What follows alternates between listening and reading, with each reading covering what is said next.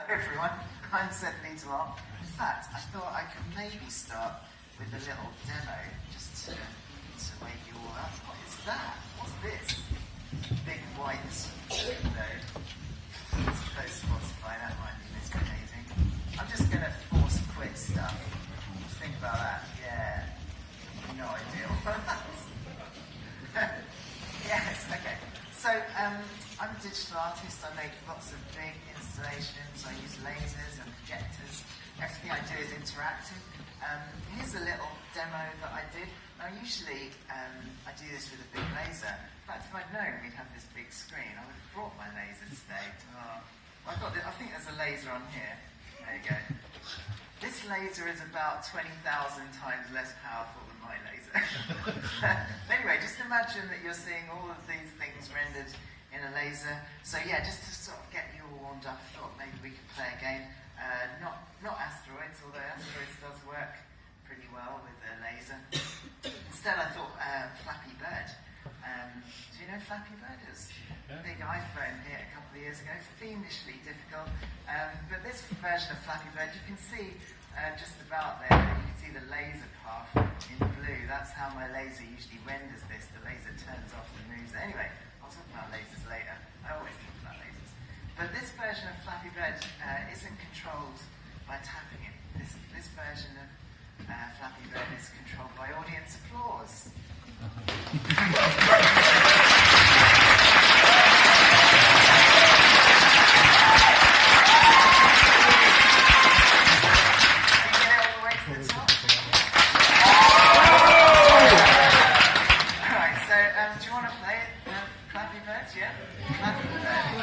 Alright, in 3, 2, by the way, it's really difficult, just like the original. Let's see if you can get 1 point. Alright, in 3, 2, 1, go!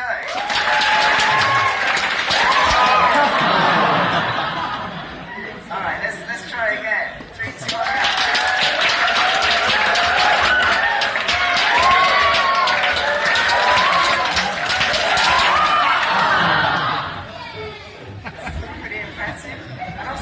The added benefit of giving everyone outside the impression that you're having an amazing time. But let's redo it one more time, see if you can beat your score of 2.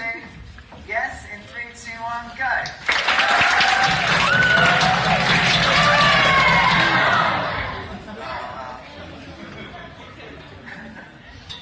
Yeah, you ruined it. That's fine.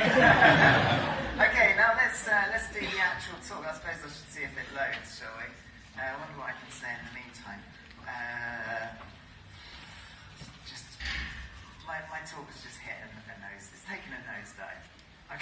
Oh no, here we are. It's working. So yes, I'm Seb Lee-Delisle. Yes, we have a keynote presentation. So yeah, like I said before, this isn't working. Oh, it is.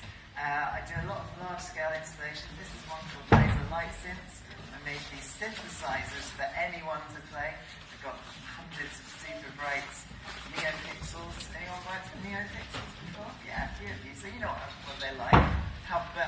They're retina blindingly bright they are. Imagine 800 of those. It's brilliant. I also have a big installation called Pixel Pyros, an interactive fireworks display on a massive screen, 18 by 12 meters in scale. I'll turn the audio down a bit. Don't need to hear that particularly. So I project these fireworks on the screen. The computer generates them with code. Each one is triggered by a member of the audience. You'll see there are lights along the bottom of the screen, and when you wave your hand in front of the lights, that triggers the fireworks. Infrared cameras there pick up the motion for everyone that's playing it. And, I said I like to use lasers. So the lasers pick out the bright spots of light in the fireworks. So we've got 2 big projectors that project most of the imagery, and then lasers just pick out the bright spots. I think I've run out of things to say before my video is finished, but that's alright. You see people enjoying themselves. So they're the lights along the bottom of the screen. You just see them there. So yeah, you just wave in front of the light and it triggers it. You can see some of the laser fireworks there. See the bright spots. That's pretty cool. Lasers are good for that. Anyway, I can't talk about that. Let's skip on. Oh, here's a fun thing I did. See, that's Oxford Town Hall. And for the beginning of the conference, they just wanted an animation. but I thought, bring a laser, and instead of just an animation on the screen, we can break out of the screen and fill that entire dome with like laser lights, which is pretty fun. I don't know if you saw, there's a pipe organ there in the background behind the screen. Did you see it in the first picture? And I really had no choice other than to make the pipe organ into a graphical equalizer. You just don't have any choice, right? When you see a big pipe organ and you've got a big laser, like you're all thinking it, right? Okay. Good. Oh, and also, so I do a lot of hardware hacking as well. This is a project that's currently installed in the Dublin Science Gallery. Anyone from Dublin? No. I just sent it off without me. I haven't seen it installed yet. This is a robot that likes to colour in, and was it Matt earlier talking about processing? So this project was built in processing. Yeah, so I think artificial intelligence should chill out too sometimes, right? So he just gets to colour in. It's rather pleasing.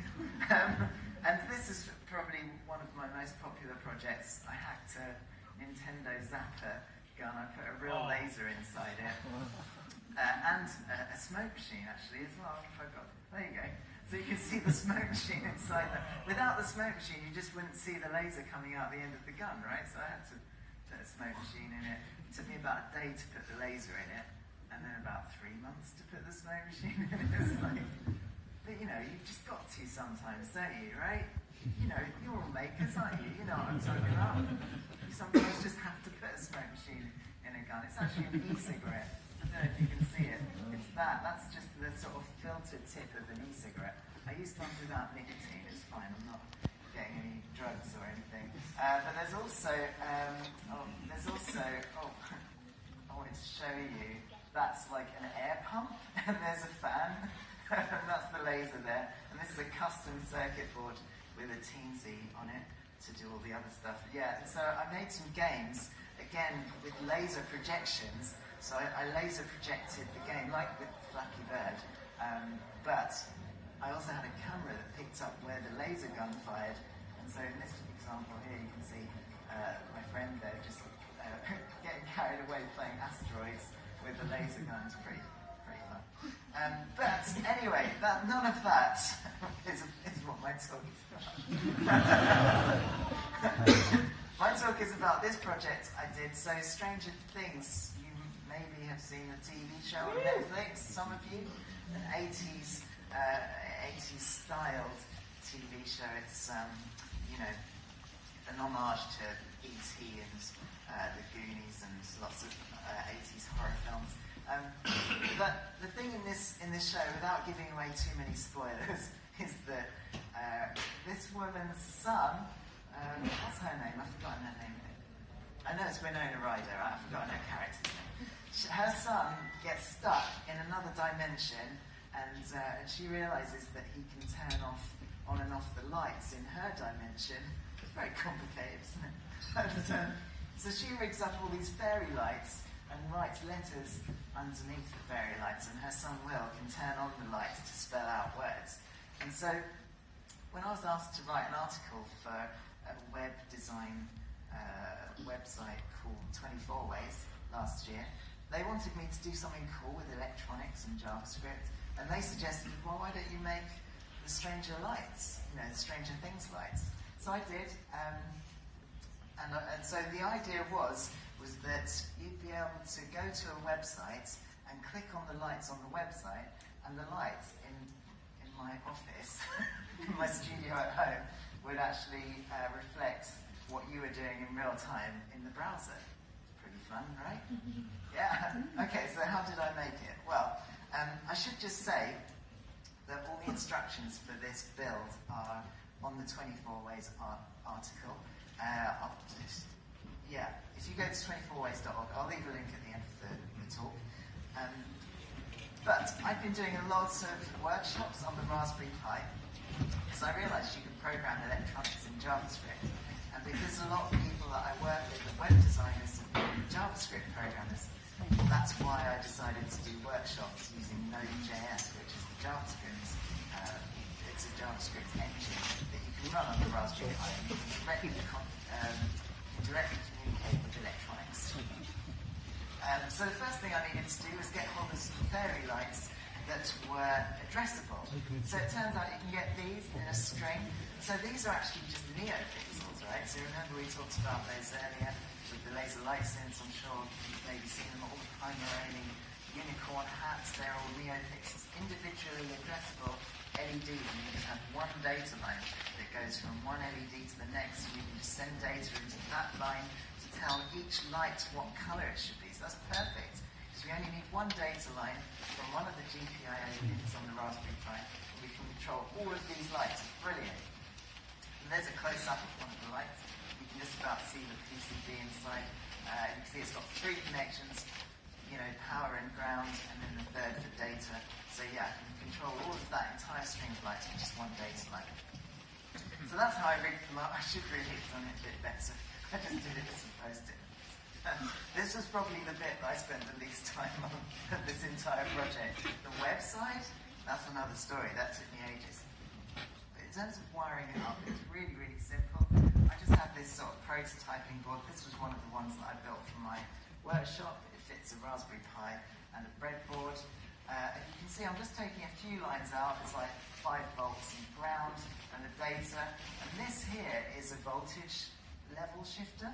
Because the data line on the neopixels, I mean, if you've ever worked with them, you'll know that it takes 5 volts data line, whereas all the Raspberry Pi data lines, the GPIOs, they are all 3.3 volts. So this very, very cheap component, very cheap logic level converter, they're just a few quid. I'm just using one channel of that to convert 3.3 volt data into 5 volt data. Did you get it? Feel free to shout out if you've got any questions or anything. Okay, so obviously the first thing I did was program a boot-up sequence. You've always got to do that, right? If you've got 100 individually addressable LEDs, you've got to make them rainbow coloured, right? That's surely the thing. But then, of course, there was the whole website side. Should we have a look? lights.seb.ly. You should be able to run this on your phone as well if you've got, I don't know what the internet's like. Might not work very well. So you can see here we've got the browser on the screen. It doesn't quite fit. I think I can do that. There you go.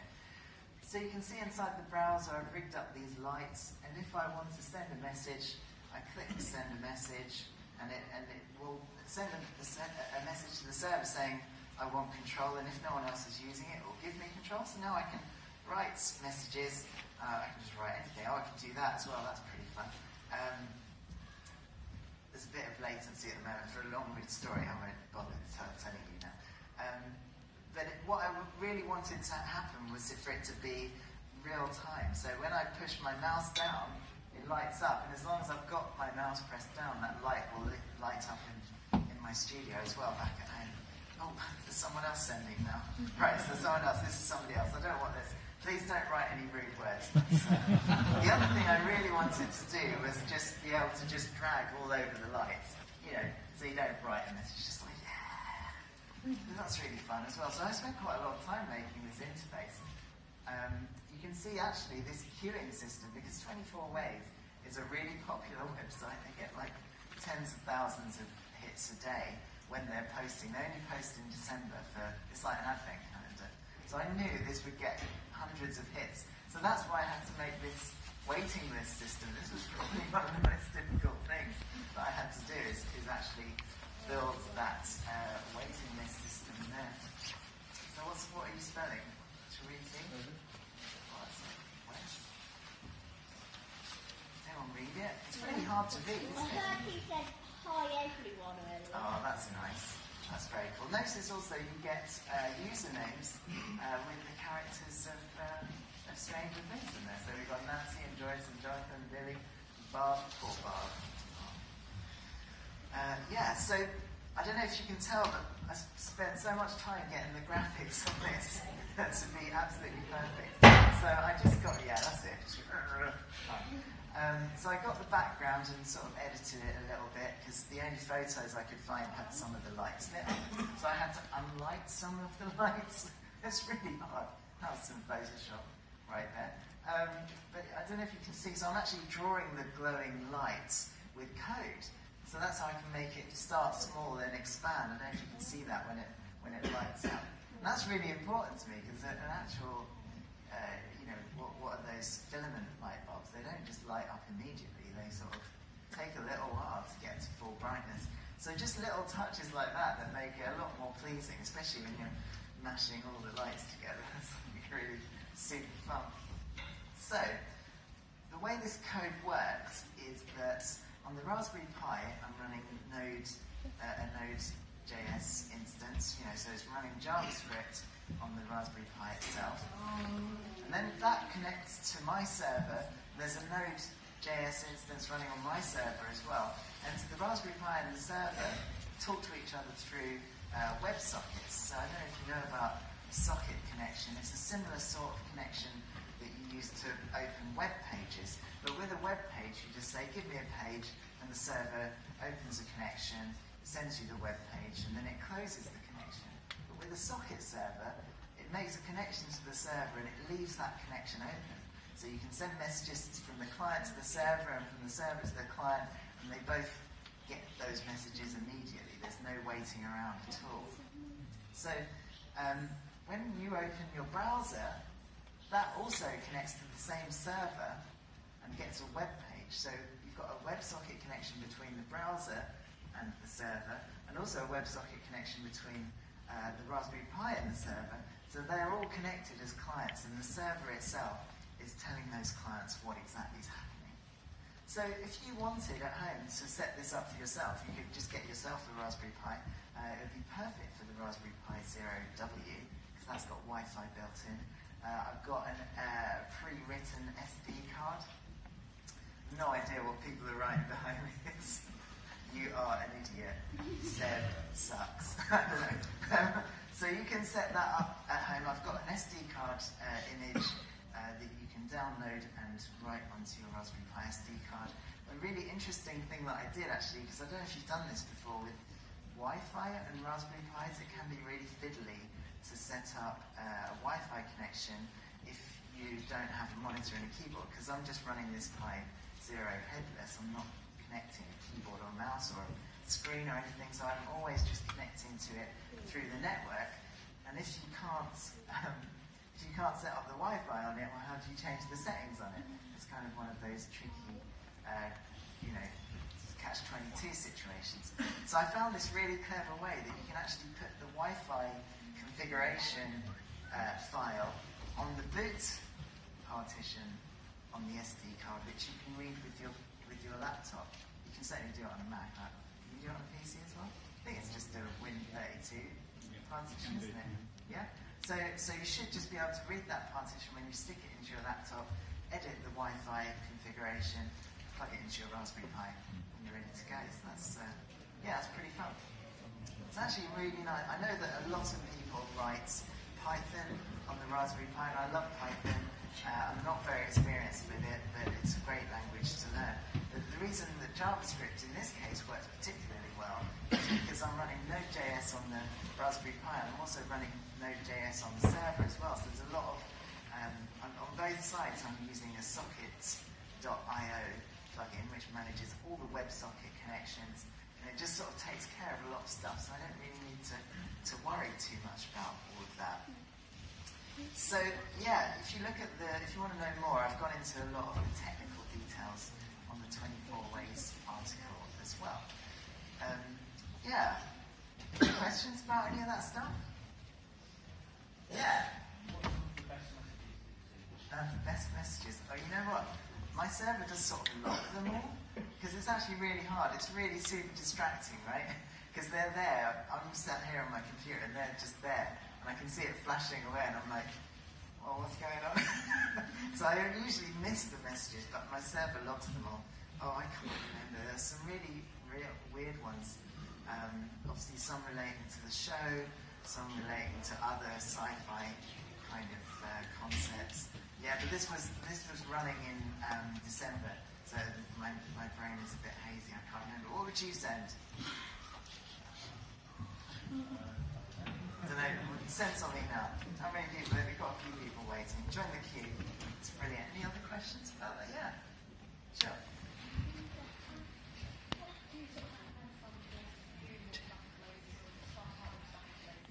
Lasers, okay. Yeah, it always comes back to lasers. That's fine, I love lasers. So yeah, the question was how would you get started with lasers?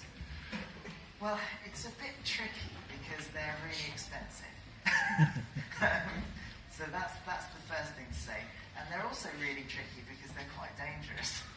You can actually blind yourself. Yeah, so I guess it depends what you want to do with lasers. Obviously, the safest type of laser are like laser pointer style lasers. And you can actually get them with just the sort of laser cartridge.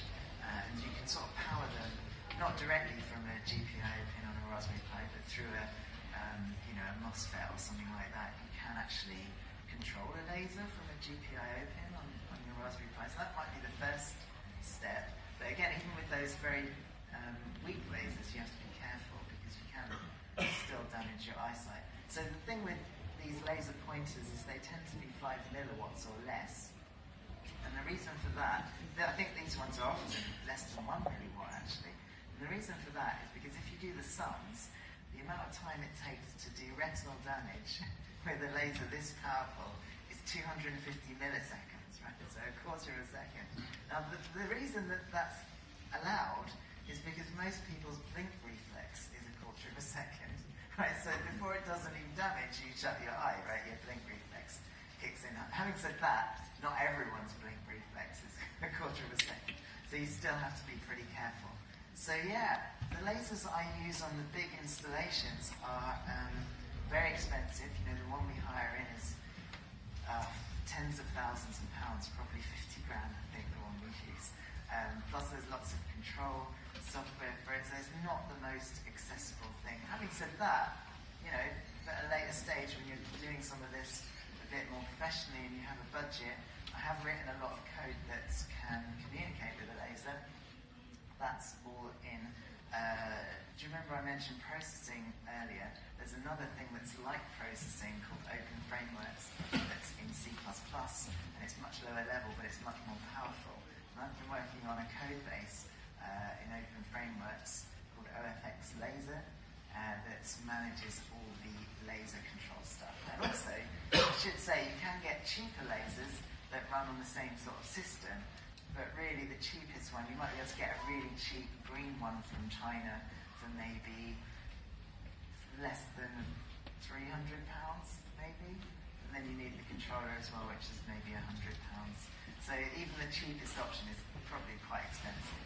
So you have to be quite serious about it. Does that answer your question? That was a long answer, wasn't it? Always ask me about lasers and it'll go on forever. Any other questions? Yes. Could you use a laser from a Blu-ray Sorry, I player? think it was Amy first. Go on. What's your favourite question? Oh. I really love all my projects. That's really tough. It's like saying, what's your favourite child? I don't have any children. I've got loads of projects. I love Pixel Pyros because it was the first really big thing I did and it was the first time I used lasers.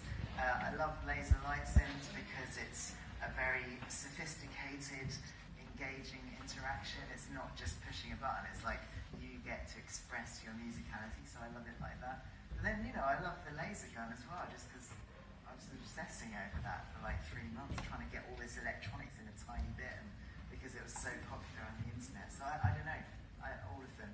Probably Pixel Pyros and Laser Light Sims are the biggest, most favourite ones. Yeah, at the back, who was it before I interrupted? Yeah, could you use a laser from a Blu-ray player, or would that be quite dangerous?